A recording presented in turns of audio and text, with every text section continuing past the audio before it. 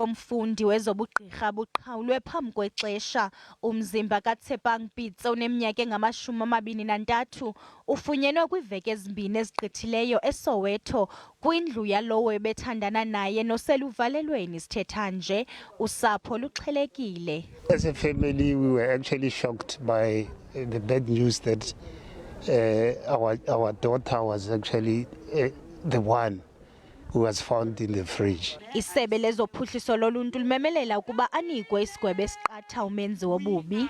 They need to be punished. They can't have a comfortable life by kotronkong, ba fihle kotronkong, ba nwetiye, ba showere ka metsi a tjhisang, ba robale in nice beds and all that. It cannot be. Once a perpetrator perpetrates like that against another human being, we need to do something very different. Kusenjalo kwinxalenye yephulo lokulwa nokuxhatshazwa kwabasetyhini nabantwana, isebe lezophuhliso loluntu linomsitho kwinkampani yomgodi yaseSITHANDA barhatla kwiinzame zokulwa nokuxhatshazwa kwabasetyhini.